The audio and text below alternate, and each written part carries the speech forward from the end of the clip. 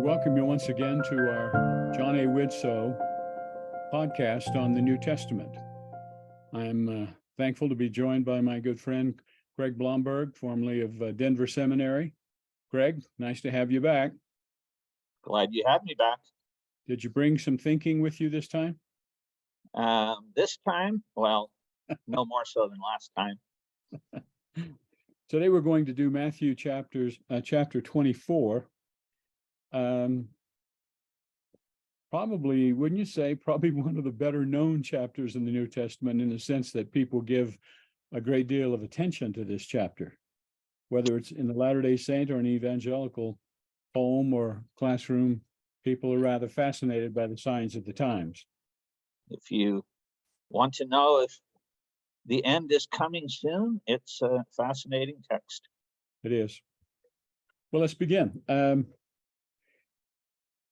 Known as the Olivet Discourse because it was on the Mount of Olives, the fifth and last of the Savior's great discourses in Matthew, at least. Let's begin by reading a few verses here. Craig, you have the NIV, the International Version, and I have a King James Version. So, if you would, read the first three verses of chapter 24. Jesus left the temple and was walking away when his disciples came up to him to call his attention to its buildings. Do you see all these things? He asked. Truly, I tell you, not one stone here will be left on another. Everyone will be thrown down. As Jesus was sitting on the Mount of Olives, the disciples came to him privately. Tell us, they said, when will this happen? And what will be the sign of your coming and of the end of the age? Okay, let's talk about that. One stone upon another. Comment on that, if you will. What's the use? What's the value of that expression? What is he getting at there? Total destruction. And of course, this is what happened in AD 70 when the Romans invaded in response to the Zealot rebellion and utterly destroyed the temple, left the retaining wall on one side, which is what Jews and tourists to this day can see, the Wailing Wall or the Western Wall, but the Temple Mount was utterly demolished. The idea of one, I've tried to picture it in my mind. There won't be one stone upon another, meaning it'll be so wiped out. It's almost as if you got to start from scratch if you're going to rebuild. If you visit ruins in the Roman world, you can sometimes find the tiny bits of pillars left, and maybe there are 2 stones of one pillar and 3 stones of another, and don't even get that much. Okay, good. The question: tell us, when shall these things be, and what shall be the sign of thy coming, and of the end of you render at the end of the age. King James renders it end of the world. Let's talk about that a little bit. As you know, and I'll bring this up in a few minutes, Latter-day Saints look at this chapter as having 2 components. That is, what's going to happen in 70 AD, and what's going to happen when at the time you come again in glory. And it seems to me verse 3 sort of implies both time periods, yes. or that they thought the end of the age would be at the time of a destruction. What do you see in that verse, Craig? Verse 3. I think that the disciples, hearing such a momentous prediction, could only have thought, if our grand 8th wonder, the ancient world, as it was later called, can be so destroyed, it must be the end of the world as we know it. I don't think they thought they were asking 2 separate questions, but I agree entirely. Jesus goes on to separate the 2, and he talks first about the destruction of the temple and then about his return. And so they're asking about what lies, essentially. I don't know that, like you said, I don't know that they realize what they're asking, but they're wanting to know what's going to happen within, 27 years or so, right? 30, 33, 34, is that about where we are? If we date crucifixion to 30, then it's exactly 40 years from 40 37. years. Okay. I'll pick up with verse 4. And Jesus answered and said unto them, take heed that no man deceive you. For many shall come in my name, saying, I am Christ, and shall deceive many. And of course, later, and we'll touch on it, it's brought up again, false Christs and false prophets. I want to talk about the two time periods. What might Jesus have had in mind when he spoke of false prophets as pertaining to from 30 to 70? Right. Christ wasn't yet Jesus' last name, as we've turned it into. It meant Messiah. It meant one who claimed to be the expected final greatest prophet of Judaism.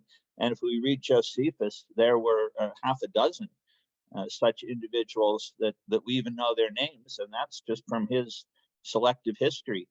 So the danger is for us to think, oh, these have to be people that go around calling themselves Jesus. No, they just go around saying, I'm the liberator. I'm the one everybody's been looking for. It wasn't Jesus, it's me. And yeah, and they all led rebellions of pretty small scales, and they all got wiped out.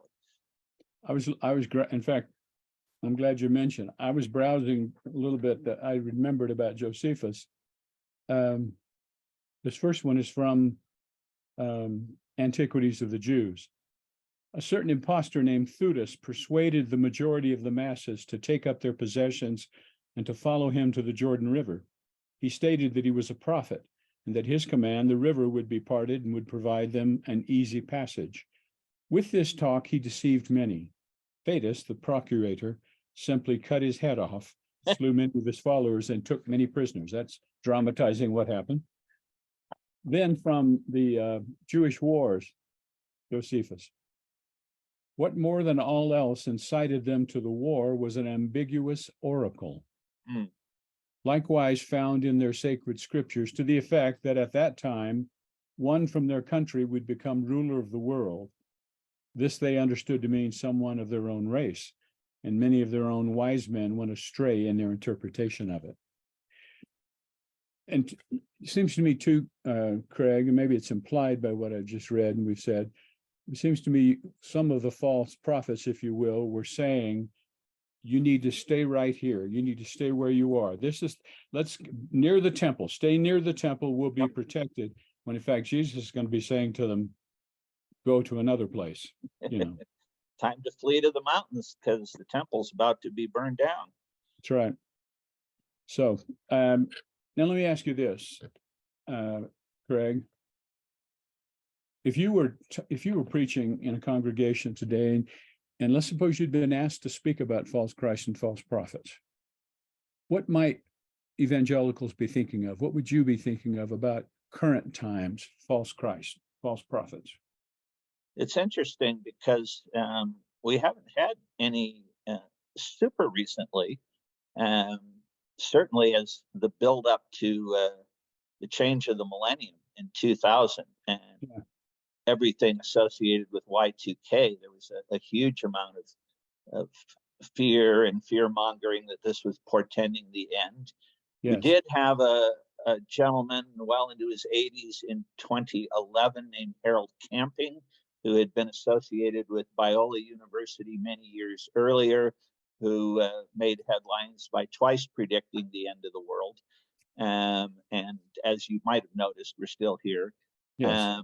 But it's about time for somebody else, because when you look throughout at least the history of the 19th and 20th centuries, you see somebody arising on about an every 10-year basis. I mean, go backwards from 2000, you had the Branch Davidians and David Koresh in Waco. That go back further, you had Jim Jones in Guyana. These are the most obvious cases. What was the name of the group? Heaven's Gate in California, where a whole bunch of people killed themselves. Mm-hmm. So we don't lack for examples. I'm glad I can't give you a 2023 example, but it could be around the corner. It seemed one other possibility to me is a false Christ might well be a definitely false system of salvation, meaning a false system of how salvation is to come in some way other than through Christ, in a broad sense.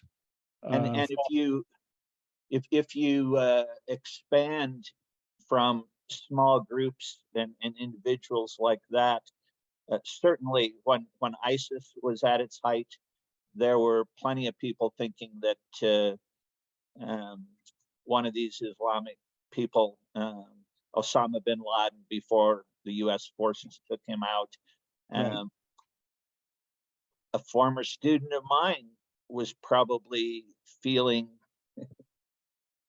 better a couple of years ago than now, but made an interesting argument for Putin. Well, hopefully we'll show that he's not the one and get rid of him in some other way. But the whole fascination with Russia going right back to the Soviet Union, Yes, as where some of this might come from, was huge in evangelical circles.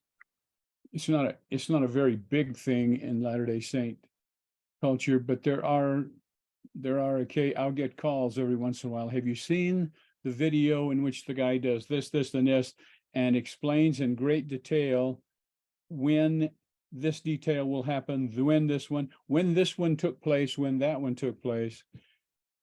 And I'll finally get around to watching it and saying to myself, oh my gosh, it's just, sometimes I find myself saying, how can we be so foolish?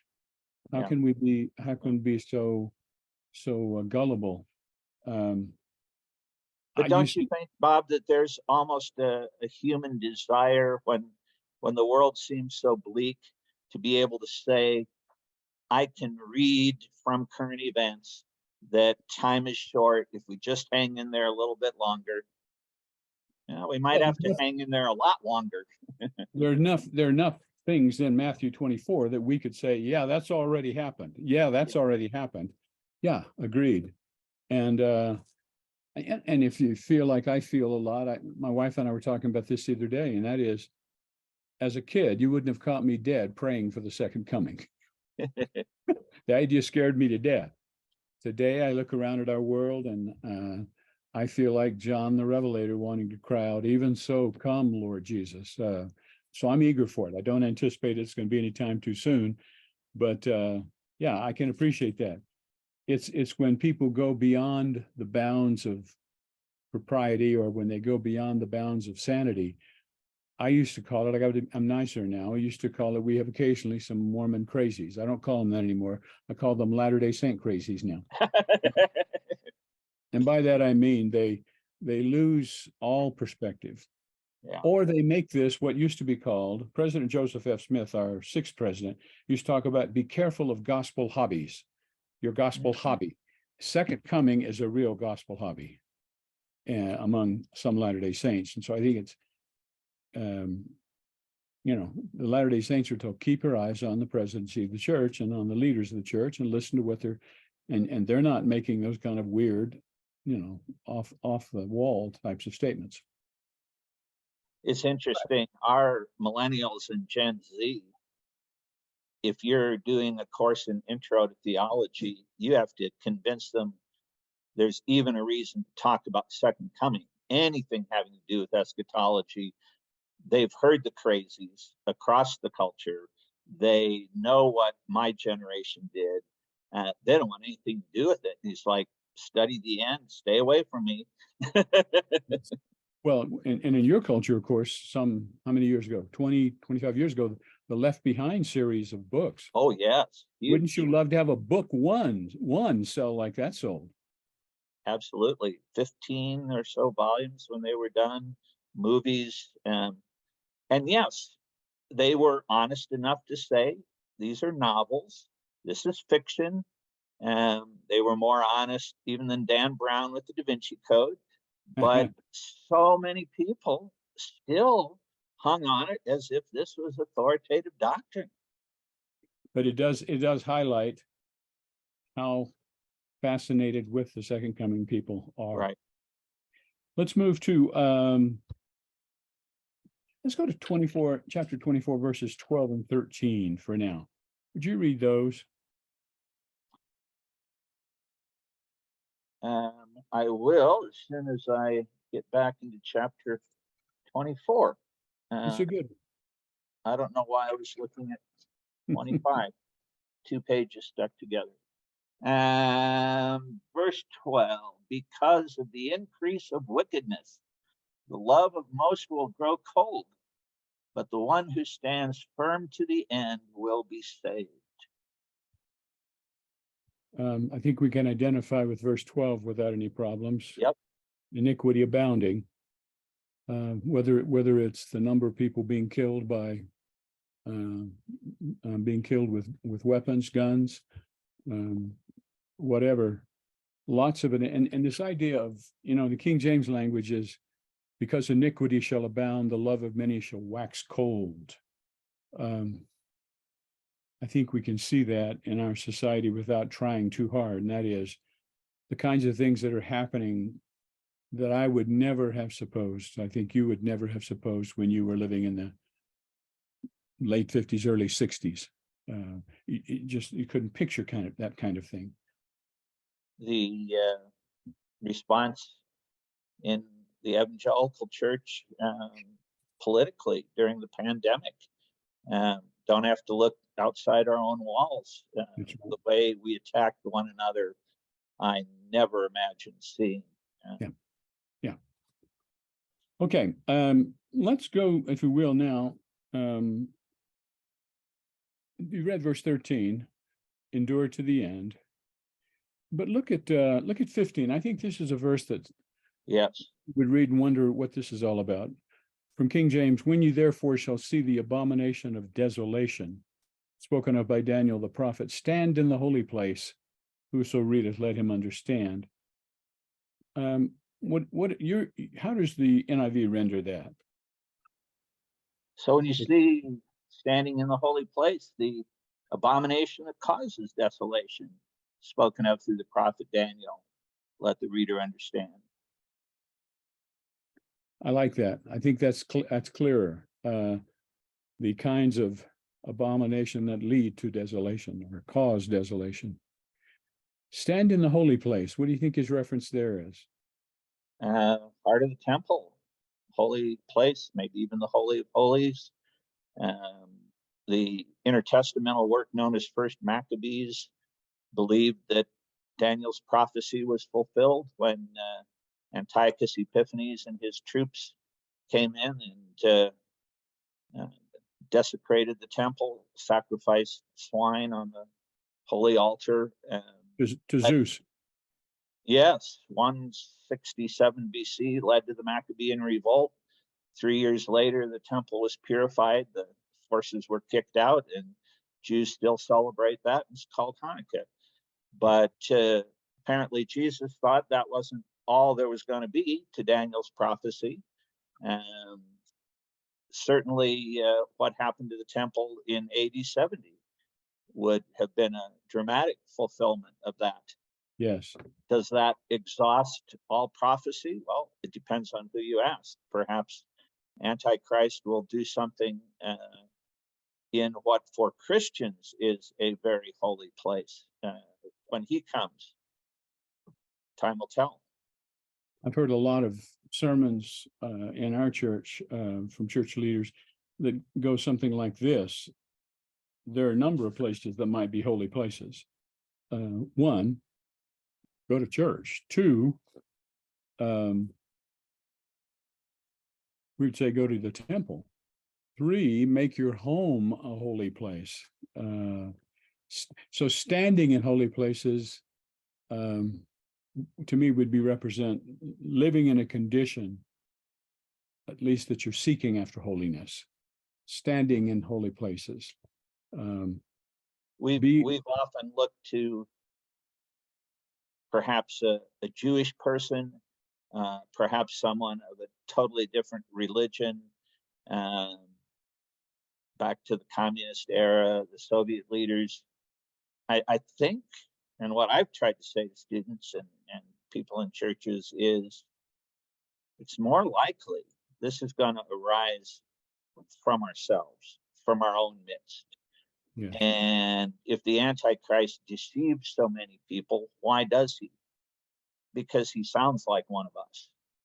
And those are the most dangerous people. That's right. That's exactly right. Good point. Let's go to one or two other things and make sure we cover them.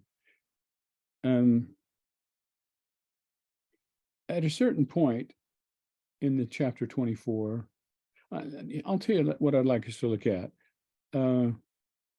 Verse 26. Wherefore, if they shall say unto you, behold, he is in the desert, go not forth.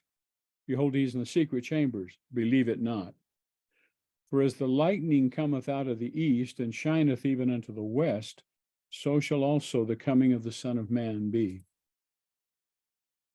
I mean, I think Latter-day Saints would read that as, hey, when the Savior comes in glory, you're not going to have to call Aunt Sarah and say, Sarah, I don't know if you heard, but Jesus came early this morning. Right. People will know. Everyone will know. Is that the way you would see that? Absolutely. And probably for the same reason, the ones who deceive you, the false Christ, are the ones that my Aunt Sarah has to call me and say, I have just heard about this amazing new sect.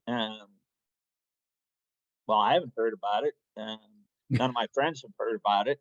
Yep. Not that kind of thing. 31. Why don't you read 31? In fact, yeah, 31. Read that one and we'll talk about it. And he will send his angels with a loud trumpet call, and they will gather his elect from the four winds, from one end of the heavens to the other. What do you see there? This is the time of Christ's return. This is the time of the resurrection of the dead. This is the time when all believers who have died and have been with Christ in the company of the saints in heaven, but not yet received their resurrection body, along with all believers who are still on earth, who will be instantaneously transformed. And then things start to get really cool. Indeed. Look at 30. But of that day and hour knoweth no man, no not the angels of heaven, but my Father only. As you know, Craig, Mark makes it a little more specific, doesn't he? Neither the Son. Right. In other words, nobody knows. Now, I want to talk about that for a minute. If Jesus is God, which he is, and if God knows all things, how could he not know when he's coming? Now, maybe it has to do too. It's possible, I suppose, at that point in time, he didn't know. But when I hear, the end of Matthew 28, all power in heaven and in earth is now given unto me, sounds to me like he's in a godlike position. What think ye? I could put my teacher's hat on and say, here are the three main views, or I could go straight to what I think is right. And I know our time is short. Jesus, in the voluntarily adopted limitations of his incarnation, was clearly not omnipresent. There were no two Jesus sightings in different cities on the same day at the same time. Yeah. And he was not omnipotent. He could do few miracles in Nazareth because of their unbelief. So it makes sense to say he was not omniscient, except when it was his Father's will to tap into that divine power. Here's one of the things he's not omniscient in. Okay, good. But some of us think we are and try to outdo him. Yes, that's right. He may not know, but I know. That's right. Craig, what's the value you see for people in general to spend time with Matthew 24 without becoming, getting out of balance spiritually? how can people benefit the most by Matthew 24? History is going somewhere. We don't have to worry about whether we end with a whimper or a bang. We can know that God is sovereign and in charge, and that Jesus will return, and this will usher in Judgment Day, and all the wrongs of history will be righted. And as I heard Adela Yarbrough Collins put it many years ago, summarizing the book of Revelation in 2 words, Jesus wins. We want to be on his side, so we're on the winning side. Yeah. You know, this final thought I have is this. I sincerely believe that people that are striving to stay close to the Lord, to keep the Spirit of the Lord with them, to be the kinds of folks that the Lord would be pleased to spend time with, I sincerely believe that while they may not know the day or the hour, I think there's a reason to believe they may well know the season, or at least sense, having studied the signs of the time, sense some things. I'm thinking of this, and you can, I think, appreciate this. I'm thinking of Paul writing to the Thessalonians, and when the analogy he uses is an interesting one. It's a very pregnant woman. Mm. You might picture someone walking up to her and saying, "Hey, when are you going to have that baby anyway?" Try to imagine her saying, "Oh, I don't know. It could be tomorrow. It could be next year, maybe 5 years from now. I'm not quite sure." No, you know what she's going to say? Soon. I can tell you that. And you say, well, how do you know that? The signs in my body tell me it's soon. And I think there's a great, in other words, we need not be so out of it that we become like not able to pick up the thief in the night. I think that people who are striving to stay close to Christ and striving to become more Christ-like will begin sensing the time in general, not in an extraordinary, not in a out of control way, but in a way of it's coming. We're not far from there. And I think he will come as a thief in the night to the world and to worldly people. That's right. Does that make sense? That's right. Yeah. You don't have to be one who's caught by surprise. It's fascinating to study church history and to see people with those identical sentiments in almost every century of church history. And so that's where the end is closer now than when we first believed. You can almost ridicule that statement as, well, of course it is, because 2 more hours have gone by. And yet I suspect that when we look back, we will say, yes, people did at lots of key junctures have this sense that it was soon, and it kept getting sooner, and finally it was upon them. Well said. Well, thank you, Craig. We'll end this segment and say that next time when we're together, we'll talk about Matthew 25, the parables associated with being prepared properly. Thanks for being with us.